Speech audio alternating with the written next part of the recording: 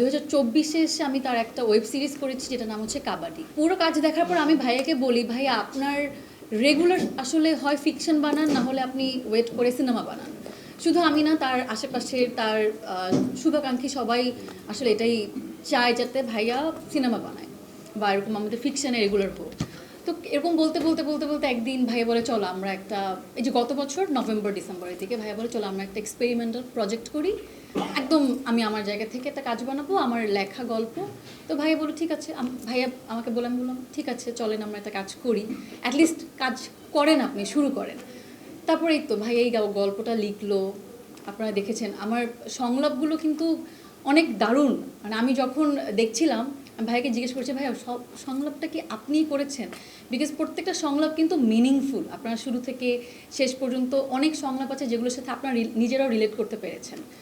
তো এই তো কাজের জার্নিটা এভাবে শুরু হলো। সাথে আমাদের শাফিন আহমেদ, উনি কিন্তু একজন অ্যাক্টর না, বাট উনি অনেক চমৎকার অভিনয় করেছে। বেসিক্যালি উনিও একজন বিজ্ঞাপন নির্মাতা, তো ভাইয়ের একসাথেই কাজ করে। তো ভাইয়া বললো যে আমরা এটাতে নর্মালি কি হয় যে একটা প্রজেক্টে নায়ক নায়িকা খুব পরিচিত মুখ থাকে, তো ভাইয়া চাচ্ছিল এখানে মানে আমার সাথে একজন অপরিচিত মুখকে একসাথে নিয়ে কাজ করার জন্য, যাতে প্রজেক্টটা দেখতে রিফ্রেশিং লাগে আবার বিশ্বাসযোগ্য মনে হয়। আপনারা দেখেছেন যে গল্পে মূল পাত্রপাত্রী একদম সাধারণ লুকে, আমিও খুব বেশি, আমার মনে মেকআপই ছিল না, একদম ন্যাচারাল একটা মেয়ে টাঙ্গাইল থেকে আসছে, সে ইন্টারভিউর জন্য আসছে, বাসায় বাবা জানে না, তো আসলে খুব একটা প্রিপারেশন সাজুগুজু করার ওই সময়টা থাকবে না।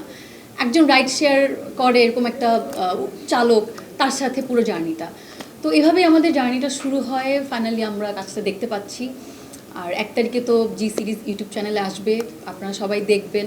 আমার কাজের অভিজ্ঞতা যদি বলি, সেটা চমৎকার, কারণ বললাম তো ভাইয়ের সাথে আমার যখন বিজ্ঞাপনে যখন কাজ শুরু করেছি, সেই থেকে যখন লাস্ট কাবাডি ওয়েব সিরিজ করেছি, তখনই বুঝেছি আসলে ভাইয়া খুবই ভালো ট্যালেন্টেড একজন নির্মাতা, যার রেগুলার কাজ করা উচিত কিন্তু করে না। আমি তাকে অনেক বলি, ভাইয়া প্লিজ রেগুলার কাজ করেন। আজকে প্লিজ আমার একটা রিকোয়েস্ট আপনাদেরকে, আপনারাও তাকে বলবেন যেন সে রেগুলার ফিকশন বানায়, যদি ফিকশন না বানান অ্যাটলিস্ট সিনেমা বানান।